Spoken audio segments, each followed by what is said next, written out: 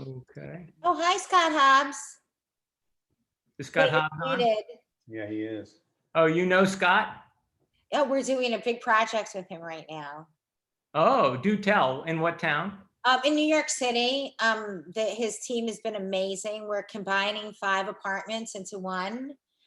And we've had, it's literally been like the 10 commandments. We've had a flood, a fire, oh my God, COVID, and we're almost in the home stretch now. What kind of building is it?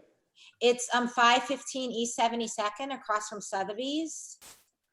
It's this beautiful, well, it will be beautiful. It wasn't so beautiful before, but it's really, it has views on 3 sides of the apartment, and we completely reconfigured it and combined it and modernized it. And they've done 5 apartments. an amazing job. Amazing. no luck. Well, Muted. I can hear you, Scott. Scott, you're on mute. You're like, oh, I'll mute him. There he goes. Scott, hi. Hello again. So it was a really cool project, and Denise did a great job of designing the upgrade to this. He has to let you. He has to let you in. Thank you, Scott. and I see that John Eason has joined us. And with that, it's 4:04. And we should begin the fabulous Superstar Designers episode of Boroughs and Burbs with Roberto Cabrera and myself. We're your hosts, and Lisa Ben-Isby. I guess she'll be joining us if she hasn't joined us yet. It was her idea to put this together, and I couldn't be more excited. And the very first thing I heard is that that Scott Hobbs and Hobbs Inc. is working with one of our superstar designers, Denise, combining 5 apartments in New York into something fabulous. Tell us about this project. Myself, so it's a family. This is actually the 3rd home that I've done for them. 2 years ago, we had done this incredible lake house, which you could see behind me. We combined 2 estates, and we just created this incredible fantasy world for them. And this was their primary residence, and they had been living here for about 8 years, and it was just very discombobulated, and they had bought a bunch of apartments. And my client kept saying to me, when are we going to do the New York apartment? When are we going to do the New York apartment? And I'm thinking she wanted to like change a bathroom. And I'm like, oh, forget it. Just, wait. Aren't you sick of me yet? We've worked on so many projects, and we finally decided to do it. And it turns into this just incredible modernization, complete, reconfiguration of the layout. We took down walls and we opened it up, and the millwork, the custom millwork, is very modern yet timeless. There's going to be, she loves color, so there's going to be some very tasteful pops of color. And I can't wait to show. I can't wait to reveal it. It should be about another month, and we're going to be able to do the big reveal. All right, that's exciting. It's very exciting. I want to introduce some of my other superstar designers in no particular order. John Barman, I see you. Hi, wave, so everybody knows who you are. There he is. John Barman was introduced to me as like, a rock star of interior designers. They said he is known everywhere and works all over the world, and he is among the top of the top. So I immediately Googled you, and I saw that John Barman equals color. So I know 2 things about you. You are not afraid of color, and you are a rock star among designers. What are you working on now? You're muted. You got to unmute. Go ahead.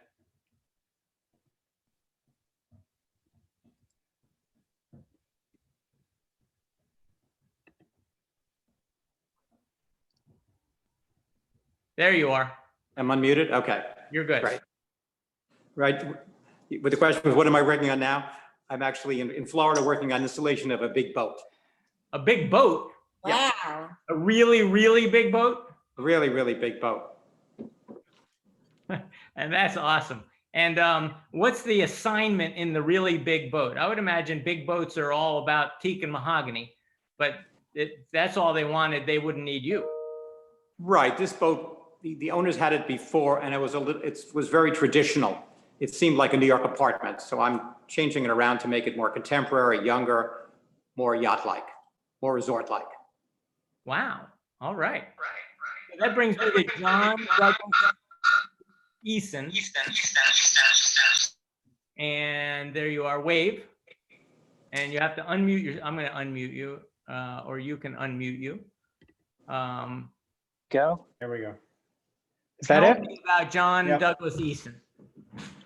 Okay, well, I was hoping you were going to ask me about what is new because I am sitting in the midst of what is new. My husband and I had this crazy idea that we should open a gallery in the middle of a pandemic. Actually, it was 3 years in the planning. And of course, when we were supposed to open in March is when everything shut down. We finally opened up in the end of August, and we represent over 60 different contemporary artists from all around the world. And we just finished traveling, making studio visits with the artists like March 1st. So, so we're proud of what we've got. The designers are incredible, and we're getting some of the biggest designers in town in and through our gallery. So we're excited. And where is that?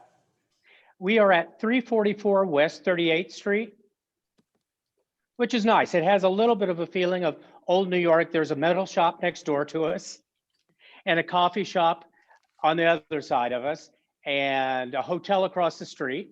So it's, you know, it's like one of those little New York side streets. We're just a stone's throw away from Port Authority.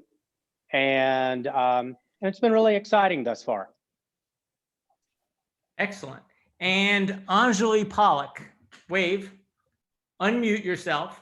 So what I've heard about you is that Anjali is a world traveler, always traveling the world, always picking up new ideas. I'm thinking Yves Saint Laurent, 1970, right? He's getting a little bit of inspiration from Africa and he brings it back to the runway. Is that you in 2020, bringing back inspiration to the runway? I think so. I really, my husband and I, with our children, travel. We really travel. I mean, it's the first time in my life I haven't been anywhere in so many months. But I think I would say that's the biggest thing for me. Travel is a huge, huge, huge inspiration. I grew up in India and I moved here. It's been 25 years, but travel is the biggest thing. So I think that for me, where you go influences so much, and then you can tie that back to different people because you see different things in them that are reflective of something you've seen somewhere else, and you can bring that back to the design that you incorporate into their homes. All right. Can you help somebody like, I don't know, in Connecticut, maybe New Canaan? I'm working in New Canaan right now. Okay. Okay. I'm doing a project in New Canaan. It's an old client of mine. And we finished with her 10 years ago. And now we're doing a refresh. I think she herself is very design oriented. So she has a clear vision, but we're refreshing things. It was more traditional. She's going more modern, and she's a lot of fun to work with. And so, yeah, we're in New Canaan all the time. We drive out. We love the drive because it's like a vacation for me. I drive from Manhattan up the West Side Highway, and the leaves are turning, and this is what we call vacation these days. So, you know that the tagline, the slogan for Connecticut is the land of steady habits. So I would imagine that in in places of conservative taste, that it might take a little bit more coaxing for your clients to really take a chance. Do any of you want to talk to me about clients taking a chance? Can we start more basic than that a little bit? Okay. Go ahead. In the sense of that, I have a lot of clients and like, I have an architect, I don't need a designer. Why do they need a designer and an architect? I'll take that one. Please. Well, I get this all the time. Currently, things are bananas. I'm in Westport, Weston area of Connecticut, and everybody is moving from the city. I'm currently working on 3 new construction homes, and it's all the same. It's exactly that question. I have an architect, I have a builder, why do I need a designer? And quite simply, architects are not designers. They can have the vision of, the layouts, how the rooms are going to flow. There's many technical aspects. But as a designer, we really personalize the home. Let me put it this way. I can't tell you how many homes I've gone into, very, affluent, mansions, and there's no place for the sectional in the family room because the architects are just not thinking how the family is going to live in the house. They're thinking about, their design, and not really, I think the best partnership is the architect, the builder, and the designer working together as a team. And those have been my most successful projects. To add on to that, I would say that also as designers, you sort of become, I think, the point of contact between everybody, because you're looking at every little detail. Whereas I'm not sure everybody else looks at it the way you do, because you're thinking even of the towel that's going to hang on, that towel bar. And I'm not sure everybody else is as obsessed with it as you are. So you're looking at the whole picture, and you also get to know the family in a different way, to know how they're really going to live. Are these kids going to mess up this area? So where is that mess going to go away? I think architects think much more high level, and it's very clean. And I think we warm it up, and we, as Denise said, we personalize it, but we obsess over the little details of, when you walk in and you walk in with dirty shoes, well, you know what, this is going to mess up this. So what's going to happen? Where are those shoes going to go? And we think through all those details, and we think about how each family lives differently. We don't assume everybody lives the same way, and we tailor what we do for each person to the way they're going to use their home. Architects often just think about the exterior of the house. They focus more on that. Interior designers focus more on the interiors and how people actually live in the houses. Yeah, and the details, the millwork, they're not thinking through that the way we would think through it. So let me ask you, when someone hires you, obviously they're going to hire you guys because they've seen your work and they have a certain sense of the style of how you do certain things. John's going to be very different from Angelique and Denise, et cetera. But are they getting, how much versatility do you have? Because, clients come in and they're like, something gets done and it's very nice, but it's not necessarily them, or not necessarily what that suited their personality. It's like, you hear stories of the designer just came in and did whatever they wanted to do. So how do you manage that? I think the main thing, and the best thing about working with the designer, is generally I think of our job as not being about bringing me to the house. It's about bringing them out of the house. I don't know that made sense exactly, but what I mean is I want to have conversations with the client. I want to understand how they live. And believe it or not, when you're talking about a client, when you're getting to know them, when you're kind of in that honeymoon phase, their personalities, who they are, and what appeals to them reveals to you. And I always consider it, a job well done when I know when I leave a home that it reflects who they are rather than who I am. Yes. Absolutely. Agreed. We do something before I even get started with a client. I have a new client questionnaire that I send to the client, and there some very specific questions like, do you have pets? Are they allowed on the furniture? How do you envision living in this home? Who's your favorite artist? What's your favorite Starbucks drink? What's your favorite TV show? Silly, who's your favorite fashion designer? And I mean, they seem like very unrelated questions to the design of the home, but it really is getting in their head and understanding who they are. And then I go from there, but it's good. Well, sometimes we don't even understand who we are ourselves. I mean, and I guess your questionnaire can help, but I'm about to buy a house, and I don't even know where to get started. And I don't really even know how to give you instruction on what it is I want. So I guess the whole prospect of hiring a designer to help me through it, I know I'm not capable of doing it myself. but I also don't know the questions I need to ask to hire a designer, or the instructions I need to give to help you be effective. So Well, that's the first. Go ahead. That's the first step in the design process, is working with the client to develop the concept of what it is they want and help them figure out what it is. Because everything is tailored for the client, but sometimes you have to work with them to find out what direction it really is that they want to go in. What's correct for the house, what's correct for the family, correct for the time. How often are you guys brought in at the time of purchase? For me, very, very often, almost always. Me too. Almost always. Okay, so I have a. I know where you're going. I have a moderate grievance. Yeah. Because I've had a few good experiences with designers. However, I have a client looking at a property. For example, there was one where the client was looking at a property, it was $13 million. Designer, they asked for a designer. We brought 2 different designers in. And in one scenario, one of the designers said that it would cost $4 million, which took this completely off the table. And whereas the other person, that they didn't like that designer, not that the designer wasn't top notch, they just didn't like the style of who that person was. And they were a little less than 2 million, and they could have gotten into this house. But it's kind of like that situation where you have a couple, they love the apartment, but the mother-in-law's got to come see it, and the mother-in-law ruins the deal. You know, as much as I want to do what is in the best interest of my client, because I think that this apartment would have suited them tremendously. But that experience killed that deal. We sold them something else, but so how? I can imagine. You probably want to kill them both. So I'm hesitant to bring in anybody. No, but I think the thing is that there also has to be a rapport between the broker and the designer. Because if you're doing me the favor of bringing me in, I can't shoot you in the foot by doing that.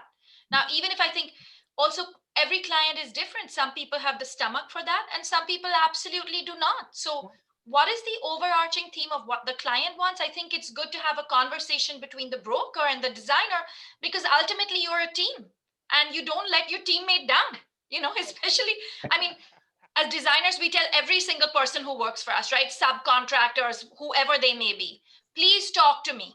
Please talk to me. Please don't go, because you will send the client off a different panic path where there's no need to panic, because we know what to do and it's going to get fixed. So please talk to us. I would say the same thing. I just think it's a conversation between the broker and the designer, because you're a team. And I do think that if we could all be teams more, I think we could all be more effective together, because we need each other. In this particular scenario, the expensive designer was their contact. I so still they think showed up with that person. Oh, they showed up. Really don't stand. That's just that was unfortunate. Yeah, I think that happens for a reason. They did buy another home. They did. Right? You never know. I mean, I'm often brought in. I have relationships with brokers, and if they're trying to close a deal and the client can't imagine what the house would look like, I work with Rob Johnson in Greenwich. I have a number of different brokers that call me, and I'll come in, not the initial, but if they're really ready to close the deal, and they'll bring me in and I'll give them my vision. I'm a new voice. I'm a woman. I'm talking to the wife, and I'm getting to know them. And I'm like, how many kids do you have? And I see the kids doing this. And, that is really making them, they almost need that push by a different person. So, I mean, like she said, if you have a relationship with that broker, then that's going to, be much more helpful than the situation you were in. That's really the key word that both of you used is a relationship. And it's really about a relationship with the designer, the real estate broker, the contractor, the architect. Yes. It's about everybody speaking a common language. Yes. And when you can, it's nice to, if you're have a designer that you're working with, to bring them in early, like you had mentioned, but to also have a conversation, to have an understanding, because sometimes, if I know what a property looks like and I have an idea of what the budget is, there are ways to make things happen. But when you're there kind of Exactly. cold turkey without Yeah. any idea and no idea of, how squeamish the client may or may not be. And that's what the real thing about the real gel point is about having the relationships is when you have the relationships, when you know each other, you can ask questions.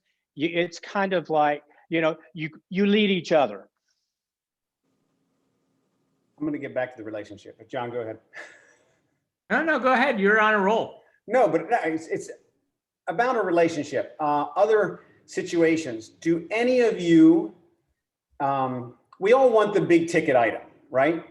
But there are certain situations, like I have a client and he says, look, can you help my daughter find an apartment? She wants to rent an apartment for $3,500 with a roommate somewhere. Yes. Do you service that person such that I can sell their apartment down the road? Or my relationship with them was such that I'm selling them a $7 or $8 million apartment, a year from now, 2 years from now. Yes. In this scenario, for example, we have a lot of situations where we need staging. Yes. And I know a lot of designers like, I don't do staging. I don't do staging. And I've had more than a handful of situations where I've contacted designers who will not do staging. I've brought in a stager who built a relationship with the client and eventually did big projects afterwards because they had invested in that relationship. Do you guys do that at all? I just think staging is a completely different business than what we do. Stagers typically have everything in inventory, Yes. where they rent furniture. That's not what we do. What we do is it's much more personal Custom. service than staging. So, I get what you're saying, but I find you can't be everything to everybody. Sure. No, I just and want to understand. No, I think the main problem is what Denise mentioned is I would like to do it like so many times, I think, but I don't have the resources to put it together that quickly, right? I don't have these relationships to rent all the things that I want, even if I did it simply, right? You don't have those established people that you can just pull on to put this in and put it together quickly. The problem is your expertise is not in that area. And sometimes it's not because you don't want to do it, it's because you're hesitant to do something that you don't know what you're getting into, because that's not a market that you've ever really tackled before. Yeah. Totally get it. You're describing that they're just totally separate. They're different. It's a different track. Got it. Completely different. They It's are like totally. a plumber and an electrician. Yeah, I think so. You're I not going to have your Fair. plumber. Totally hang fair. hands Great. with her. I love Like, it. It's not going to, yeah. So I want to know, when I see what you, I don't know why my light keeps blinking out, but when I see the product in the magazine, I think that what you're offering is a product, and yet you talk about the relationship and you talk about a process. So I'd like to get into a little bit of product versus process, a little bit of understanding that. Is this a journey that you take over 6 months or a year or 18 months? I know that Scott Hobbs, when he's working on one of these houses, like you're working on with Scott, right? You're working on on combining 5 apartments into one in the city and designing around those. That's got to be an 18-month process. Longer. At least. No, actually, it would have been less than a year. I mean, they were amazing. Yes, Scott ma'am. was incredible. They connected us. I did not want an architect who was going to come in and tell me what to do and what I wanted, an architect who knew the codes, Yep. who could technically get me through it. We worked with the architect. We did the layout. He got the permits. Hobbs got the pricing. It could have been a project, right, Scott? Less than a year, soup to nuts, except we had the plague. And other than that, it would have been, we're You quick. come in up front and identify, the mission, and then say, okay, we're going to do something in high color over here, some low color over here, and then you have to execute it over, I would imagine, the next year or two, where you have to find the pieces and the vision evolves over time. Yes? Not really. No, you know it right up front. Well, it is a process, but it doesn't evolve. I mean, there's a process where you have the getting to know you meeting with the client, which is a questionnaire, and then spending some time with them. And then we can, through that meeting, I'm able to go back with my team and create a comprehensive design presentation of their entire apartment or their entire home. And then they come to our studio, and on our 6-foot by 12-foot design table, their entire home is laid out. And we build their home room by room by room. It's about a 4 or 5 hour meeting. And at the end of that meeting, we're about 85 to 90% done with their design plan. And from there, we send them visuals. There's a little back and forth. Then we send them a budget by item, by room. They sign off on it. Payment is exchanged, and then we go. So it's really, that process is about 2 months. And, at the same time, we're getting the estimates from the builders and, working on that part. And then while we're doing our part, making the furniture, buying the furniture, ordering the rugs, Scott and his team are doing their thing, getting the apartment deconstructed and remade. I find it does evolve over time. You can get the concept and have the design plan done. But as you find different items, sometimes the client evolves and they find they like different things and their budget changes and they've had more interests. So over a long-term project, things do evolve. I feel very much, I feel that for me, the process is very organic. So I will start the way he starts, but I feel it's so organic. And I have Lisa here. Oh, great. Where's Lisa? Raise your hand. Say something, Lisa. Where are you, Lisa? Okay, well. No. Go on. So for me, it's very organic. And sometimes as I spend more time in the space, something that I thought at the beginning was going to be perfect, I spend more time in the space and I say to a client, guess what? I have a fully new idea. Can we discuss it? And then we can decide which way we're going to go. And sometimes we stay with the old, but sometimes we totally move. And so, I think the process, and I think you get to know them much better and I'm always in the apartment. I'm always at the job sites plenty of times. So I think it evolves a lot for me as you go along. Oh, there. Oh, I see her on your phone. John, you're muted. John, you're muted. Yeah. All right. So I'm going to ask a hard question. I'll ask it of John, unless either Denise or Anjali want to answer it. But I want to ask about the value of great design. And I asked this question earlier, and Lisa said that was her favorite question, which is, let's talk about the amateurs. I suspect, right? I suspect that a lot of us try and save money. My earphone out. And do it ourselves, copying the work of great designers. We'll look at the layouts that we see you're doing in the magazines. And we'll just try and do it ourselves. What separates the very best in the business from the amateurs, and why, what is the value of hiring a professional instead of just doing it yourself? When amateurs do it, they tend to be. Hey guys, I've got Lisa here. She got booted out. Okay, we see you. When amateurs do it, they tend to be safer, more generic. A professional will help the client push their envelope to stay within their comfort zone, but get a look that's more interesting, more what they want, more designed forward, something that'll last longer and have much more of an exciting concept. And it's all about scale. It's all I was about to say furniture fitting in the space.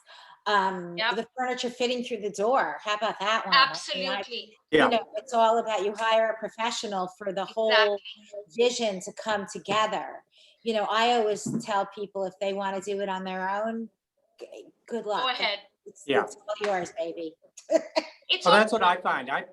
I'm like, fine. If you ever want to do all this paperwork and you want to keep track of where everything is and who's responsible for what, and if that button got added or didn't get added, or, if your pillows are hyperallergenic, it's a lot of detail. It is a lot of detail. It's like a good waitress. You learn it over the course of time, and then you can do things zip, zam, zoom, but it takes a lot of experience. But you're not just a master of the details. Come on.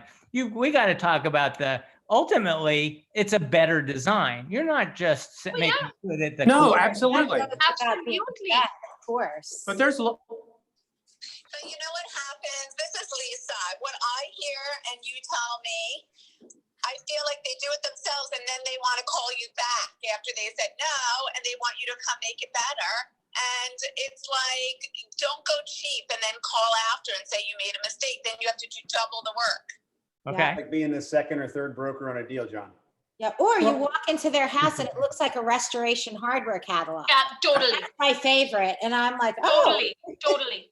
And they don't understand the quality on their own. They don't understand. And very importantly, what Denise said, I feel they don't understand scale and they don't understand that, things can't just they have to fit in a room together. You don't just look at each individual piece, and then they don't think about height and the play of different heights, and how it makes it interesting. Because visually you have to create negative space. And I don't think people think of those things, Or what's happening in the next Right. room. Well, It's not just about the room. It's What about the flow of ceiling? entire house. What And about the flow- ceiling? It's Yeah, all or these the outdoors. Right.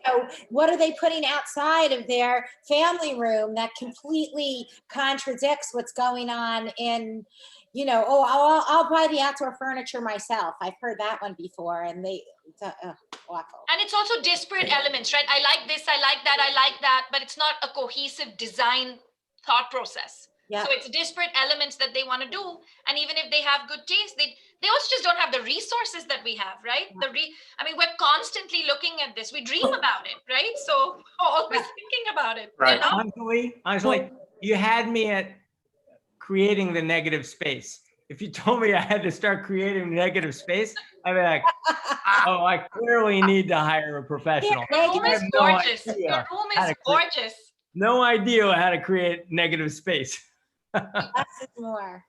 Like I have great taste, but I'm a horrible cook. So it's like the same thing. Me too. well, and over the course of the years, I've seen a lot of really fabulously talented people, people that lived in the homes, designers that have come and gone. And if you can't get all of the elements together, it's a balancing act. The talent, the back end, the knowing how to talk to a client, how to get out of them who they are and what their needs are. And, it's not just about talent. It is about all the above.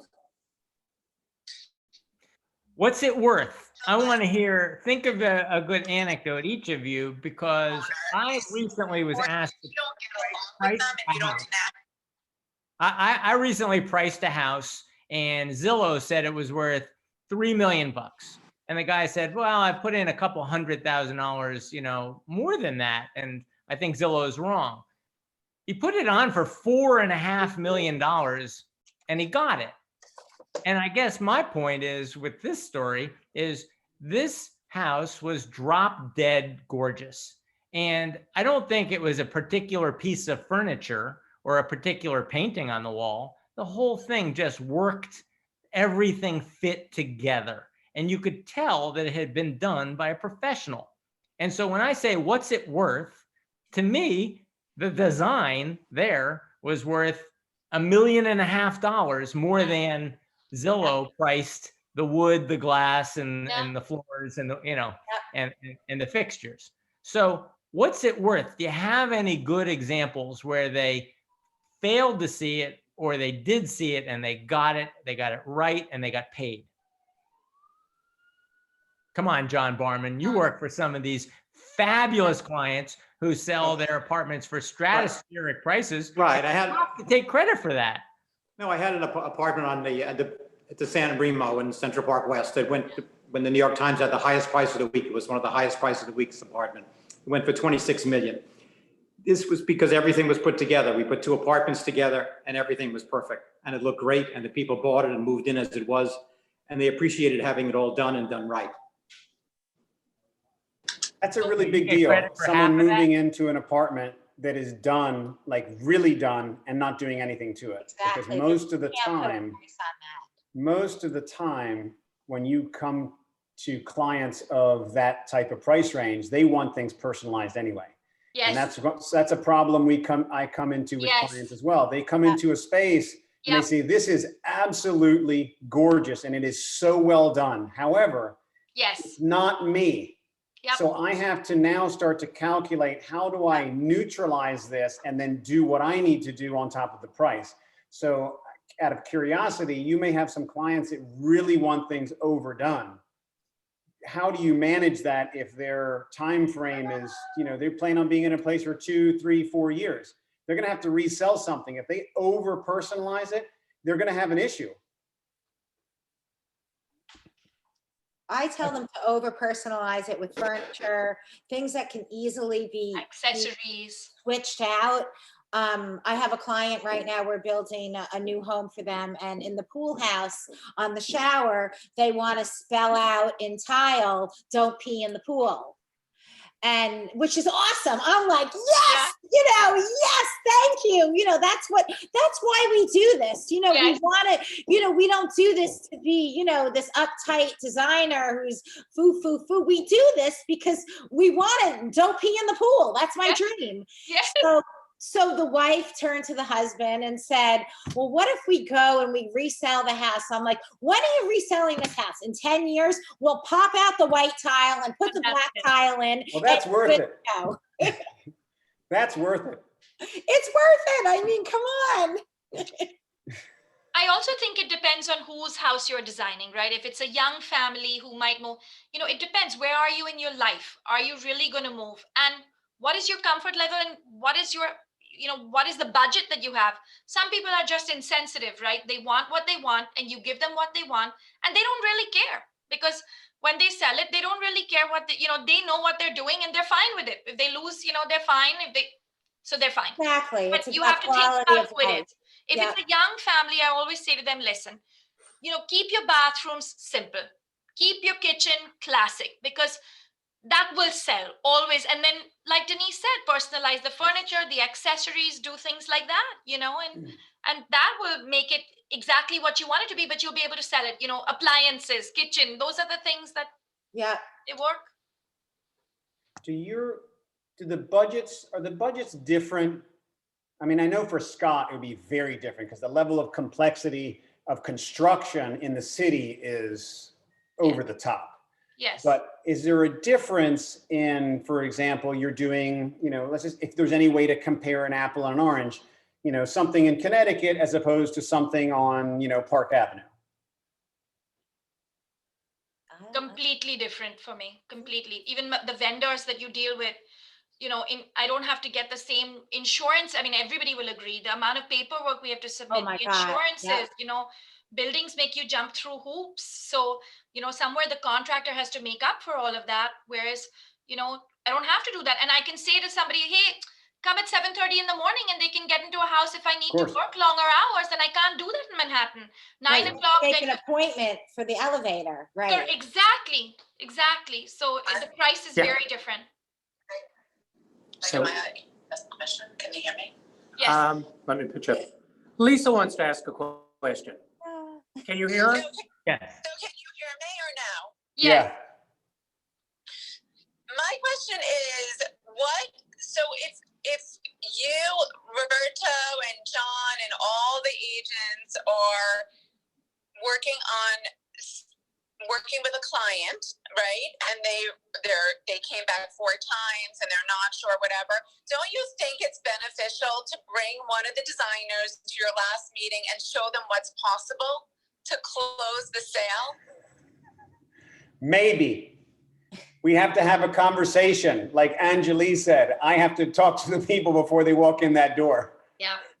Yeah. You have to be on the same page. But the difficulty is when the client brings their own person, because you don't have any relationship. You can't monitor that conversation, Right. Yeah. Do a lot of your clients, do they ask for the apartment to be staged? Well, we talked about staging is a very different thing. I mean, we design, for ourselves. We stage for others. Yeah. We stage to be safe. And when we asked I think John Barman, what the difference was between staging and designing, he says, I try and get my clients out of their comfort zone. I try and allow them to push the edges. Yeah, absolutely. How do you get your clients to push the edges? I guess color is one way to do that. Are there other ways? I mean, color is the most obvious. So I think that Often the design layout is something that has to be changed. The design layout, tell me more about that. Well, in a generic room, people put a sofa and 2 chairs, but often there are other ways to lay out a room to make it more functional, make it more exciting, make it more livable. And the client may not understand it at first, but if you explain it to them, you can do a mock-up of the layout and show them how they live in the room if the layout was more interesting and unexpected. So you Oftentimes it works better for people. Is that we are sometimes constrained by our notions of, I have to have a front foyer and it has to function like a front foyer. It has to look like a front foyer. And I have to have a dining room that looks like a dining room, acts like a dining room. And yet you're saying we could throw a lot of those preconceived notions on their ear and we can mix things up.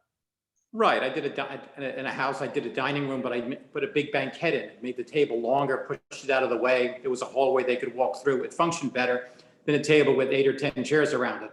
But it took the client a bit to understand the concept of a banquette and having to get behind it and how it would actually be warmer and more inviting and better in the long run. And they love it now.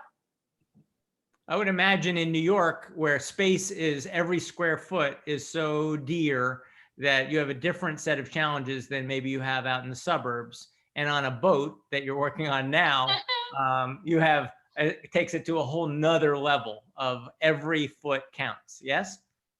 Well, it depends on the size of the boat and the size of the apartment. Right. It's true.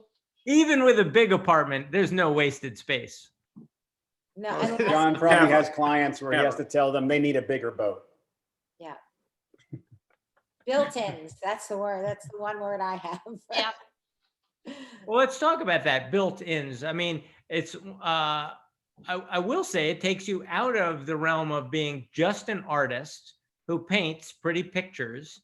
And when you use the word built-in, it conjures up a whole nother category of you're going to help your clients live more efficiently, Yes. in these spaces. Absolutely. Yep. Is that your job? 100%. Yes. Yes. 100%. I think you have a business, Denise, called Playrooms. It's Smart D2 Playrooms. Yes, that's another, it's my sister company. I have a partner, Carrie Bowen Poole, who is a teacher, and she started a company, Smart Playrooms, 10 years ago. And what she does and what we do together is we do mostly residential buildings, commercial playrooms and residential buildings and very, very high-end play spaces. And we go in, and especially now during COVID, even before COVID, but people are spending much more time in their homes or in the buildings. It's really two things. One thing is the residential buildings, because everybody is leaving New York in droves, that they need how do we rent these apartments? How do we sell these apartments? So the playroom is becoming just as important amenity as the gym is. And all of these millennials and young families, they're looking at these apartments and they're not going for it unless the playroom is up to snuff. And we have a waiting list a mile long to do these play spaces because there's nobody else doing this. I mean, we've worked with art, and here's a perfect example. There's a building in Manhattan, 30 Furman Street. It's in Brooklyn. And it was a 2-year-old building. And it was a brand new, gorgeous playroom. And they had us come in and rip out the entire playroom and redo it because the architect had designed the playroom and none of the kids were playing in there. And they were slamming their fingers in the built-ins and it just wasn't working. And we came in and completely redesigned it. And I mean, you should hear what the people in the building are saying. They're over the moon. I love that. Well, as a realtor, I'll tell you, boring, realtor, I get asked the question, should I put money into this house? Will I get it back out? Right? We all get that question. And as a realtor, I give often the safe answer. I look at how's and House has already done a survey on this, and they say you get paid back. The return on investment comes first in the kitchen and then in the bathrooms. Yeah. And they used to say, and there's not really much of a return on investment putting in a pool.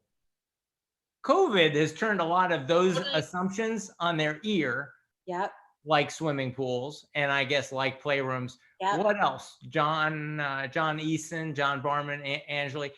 What others besides the playrooms, are getting to be important and return on investment for us realtors? Smart home. To think about really upgrading all the electrical, all the wiring that goes into her house, because now everybody is moving in that direction, right? So everything is motorized, everything works off an iPad. You have to think that through, and you have to be up to snuff with all the new technology, because Wait, you're a designer. You worry about all that stuff too? Absolutely. Oh, yes. Yep. Yes. Okay. Go on. So smart home, good investment, wiring. Screens Got and it. porches are huge. Porch. And with the new builds that I'm doing now, we added on outdoor fireplaces, heaters in the ceiling. It becomes more of a 3-season room, retractable screens. Adding, it's really like an extension of the indoors. Oh, I'm excited. I'm ready to go. I want all that stuff. I want all that fun stuff. Fire pits and Amazing. porches. Come, it's amazing. Media rooms are very important now that people are home more. A big screen TV, a projection TV. They don't have to be that expensive, but a room with a very large screen. Yep. Something people really love now. Yep. Tree houses. I've done a few of those. Zip lines, outdoor playhouses, really, because the kids aren't leaving. What do you do? How do you extend the indoors out? And I What is think- the most outrageous amenity that you've worked, like that someone has just said, I need to have this, and your kind of head spun and you're just like, okay. And it just stands out as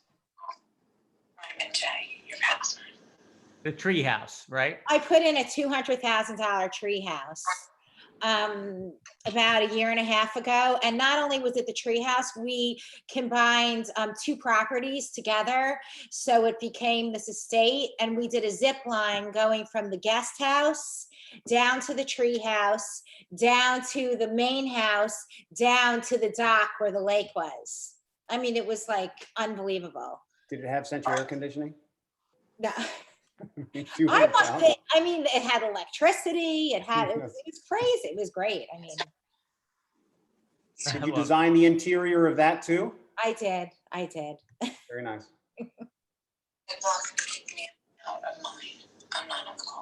Oh, do you want me to let you go, dear? Oh, okay. Go ahead, John. Tell us about some of the fun projects. Tree houses. Is it just about hiding the TV, or are we getting more creative? Which John? Either one. Oh, okay. I think the most outrageous thing I ever did for a client in the way of an amenity is they had new twin daughters, and we did a renovation on the house. And when we did that, the client insisted that we go up into the eaves of the space above the girls' room, which basically made it a 2.5 floor bedroom. And she wanted a play area up there. She wanted something in that area. And I'm like, really? Because that's a long fall. And we thought about it, and finally one day I was looking at it, I was like, it's a playhouse. So we did a little gingerbread playhouse up in the eaves of this girl's bedroom with a little ladder that they could climb up. And so that was fun. But I'm finding more and more with clients, what we're really needing in every home are and it's what you're describing. Places to travel, places to go, because we can't all just sit in the same room. And, we need different places to relax, and for relaxing in different ways. The wine rooms are also very important right now. Yep. Does that mean you're compartmentalizing certain spaces a little bit? Like, for example, here in the city, if you have a pre-war building and you have a small kitchen, because no one used to go into the kitchen. The staff went into the kitchen. So you have a small kitchen, 2 maids rooms. People completely blow that out and they open up everything. And now with everybody home, it's like, can you go in a different room? Can you go here? Are you guys compartmentalizing things differently now? Definitely trying to divide up spaces. People need home offices. The children are home, the TV's on, somebody's vacuuming. Yes. We're trying as much as possible to divide the spaces up, bringing it back to sort of the way, you're right, like the way it sort of was before. So that's a change from now. I'm doing a lot of garage conversions. Behind me is a garage that we converted into, it was a 3-car garage in Greenwich, and we converted it into a play space. We did a rock climbing wall. We did monkey bars, storage, swings, arts and crafts area. So people are really, and now they get the kids out of the house. They're in this amazing space, and that's their space. So they kind of just like relocated the kids, which I thought was good. That's great. So I'm going to come back to the economic questions. I like the economic questions. I want to know what's it worth, what's it cost. I want to know how, because a lot of us are on this call are realtors, and we're maybe not your ultimate client, but maybe we should be introducing you to our client, and we have to understand what it is, how you work, and what it costs, and what's it worth, because we're the influencers. So I do want to come back to that. A lot of my clients, if I suggested the 4 of you to them, they would say, "Are you kidding me? That guy's in Architectural Digest. You know, she just won all these awards. I can't afford her. You know, it'll be fine. We'll just paint all the walls white, and I'll just order right out of the catalog, Restoration Hardware, and it'll be fine. It'll be fine, because I can't afford what they do."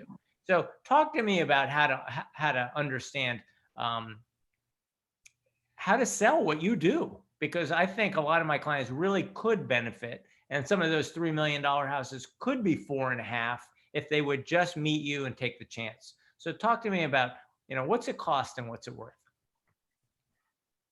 It's really a lifestyle question, how people want to live. And if you go to buy a car, they know where they're going and what car they're buying. If they're buying a Volkswagen, that's one thing. But if they're buying a high quality car, they may want the house to be luxurious and be exciting and be fun. And in the long range, they may make more money on it. It doesn't have to cost necessarily more. They may make less mistakes. The designer can help them with high and low. They can set a budget. The price doesn't have to be a mystery. Everything can be put on a spreadsheet. Yep.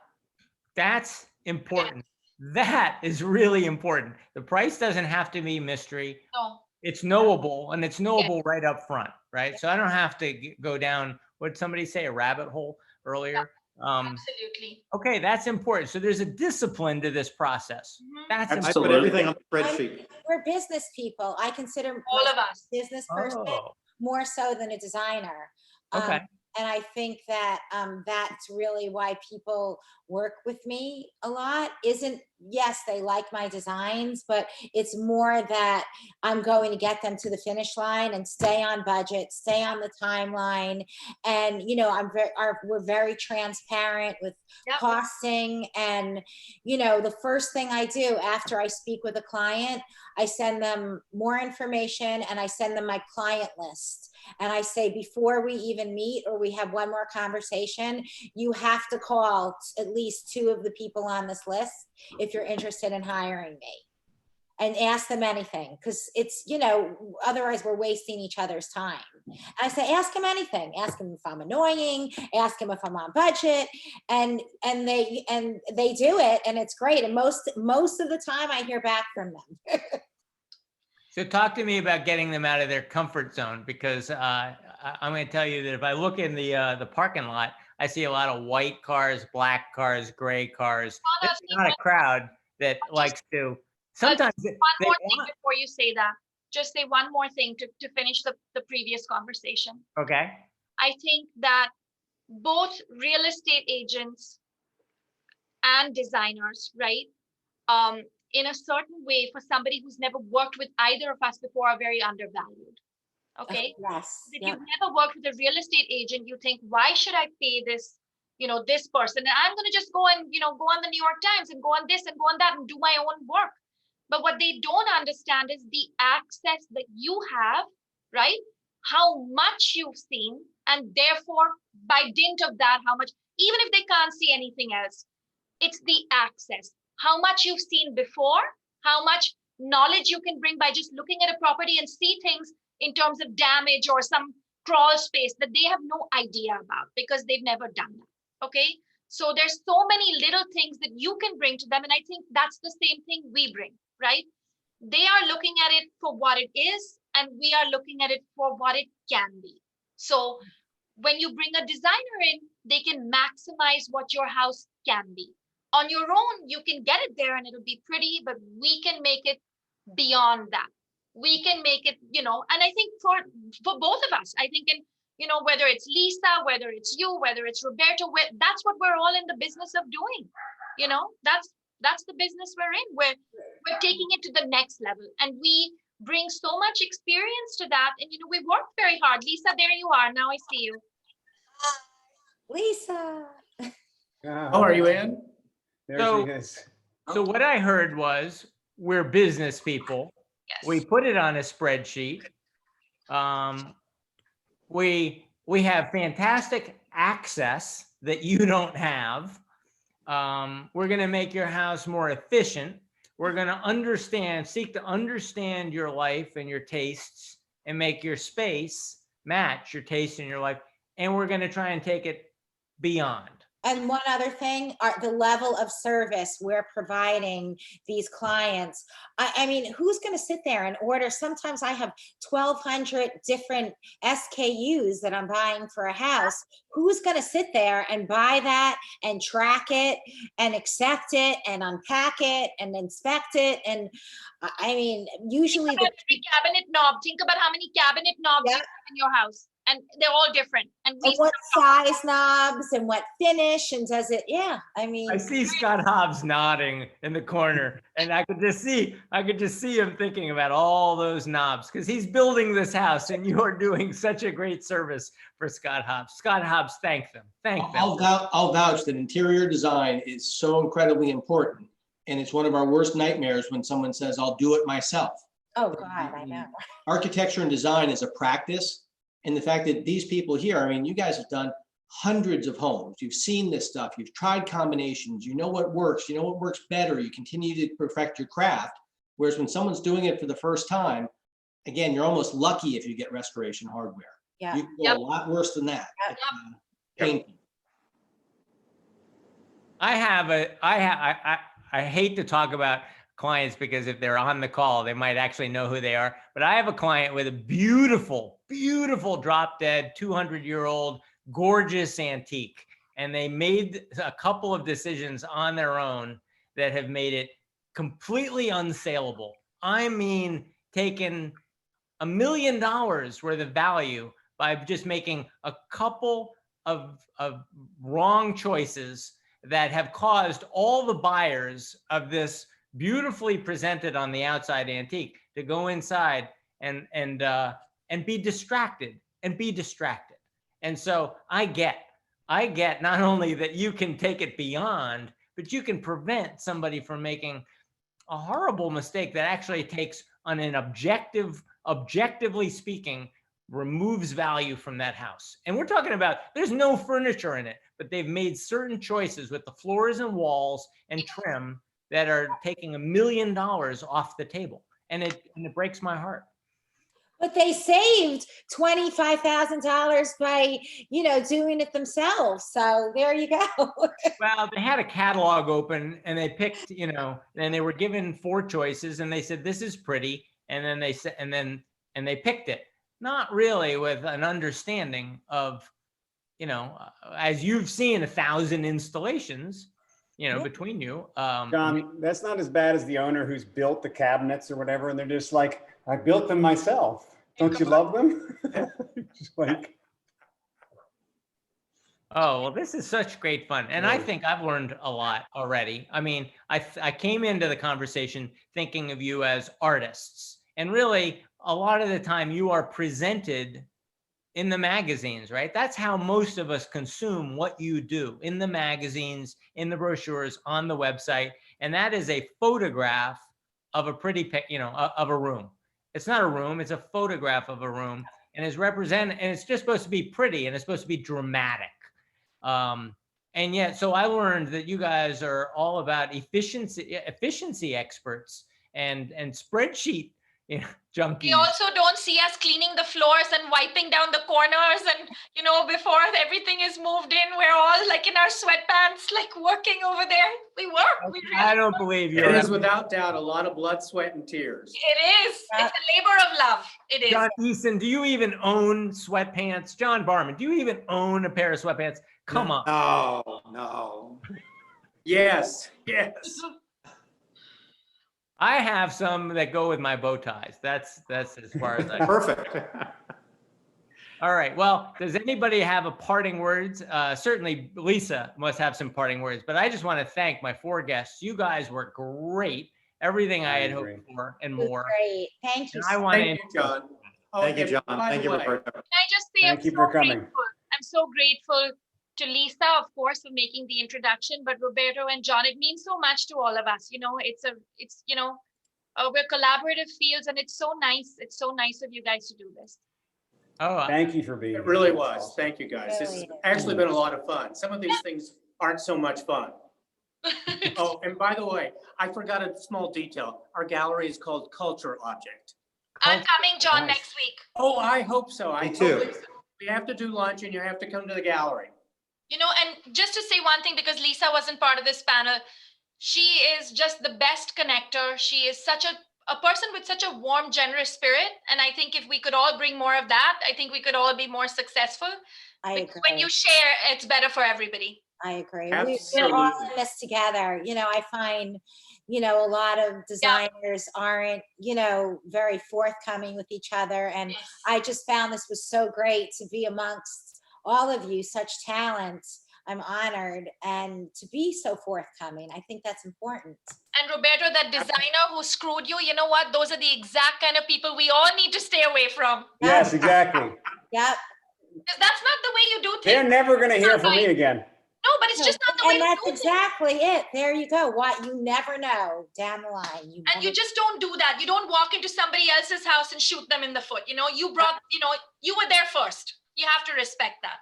So I agree. all right. So do you want to finish up with we'll go around your best idea for the next 6 months? We got a very tough 6 months where everybody's going to get locked down into their houses, and they're going to be staring at the walls, and they're going to be thinking about hiring a designer. Have you got 1 or 2 words for us as we go into lockdown for the next 6 months? Any of you? And we'll end with that. I have a simple thought, right? I think forget if you don't want to redo your whole house. I think a designer could come in and reimagine what you've got. Just rearrange it, move things around, take your accessories and arrange them. So I think for all of us right now, that's a different area to think about, right? Just come in. So you don't have the fees that the fee structure you had, but maybe a different way, an hourly structure, whatever it may be, I don't know. But just go in and repurpose what they've got, because sometimes there's great stuff there, but now it's become cluttered and it just needs to be reimagined a little bit. So Good idea. My advice is to stock up on the alcohol and build a playroom, because let me tell you, you'll drink and then you'll be using the playroom, and it's a Playroom with a bar? everybody, right? A playroom with a bar? What? No, didn't I think you of don't put the bar in the playroom. You drink first and then you go. I mean, I have adults using the foam pit. When the kids go to bed, they go to the foam pit. I'm telling you, that's my advice. Every house needs a bar. Okay, John, go ahead. Every Okay, house I was needs a just bar. gonna say. Yeah, and I'm for me, barman, so think I the always one put a thing- bar in. Oh, I'm sorry. Go ahead. I was gonna say, for me, I think the thing is, and it comes back to home, but it's family, family, family. I have found that in the last 9 months, what I really want to do is pull the people I love closer to me, and that happens at home. And although we can't all travel to everybody's homes and what have you, I probably have 6 friends that we get together now, once every couple of weeks. We all feel safe together. And, at my home, I have my husband, my dog and I, and we're just, it helps you to chill out and to get through. Yep. Yep, exactly. I just bought a hot tub. I would have never thought I'd ever get a hot tub. So You are really all about fun, aren't you? Playrooms, am. bars, hey, hot you tubs. only live Don't once. pee in the pool. Oh my. Oh my. That's brilliant. I don't take it too seriously. Well, this was great. Thank you, everybody. Thank I you. hope you'll join Thank you, us John. Thank you, Roberto. Thank Thank you you. so much. Thank you, guys. Thank you very much. next Thursday. Lisa. Thank you, Lisa. Bye, guys. Bye. You guys. Bye, Scott. Bye, everybody. Thanks, guys. Bye. Bye.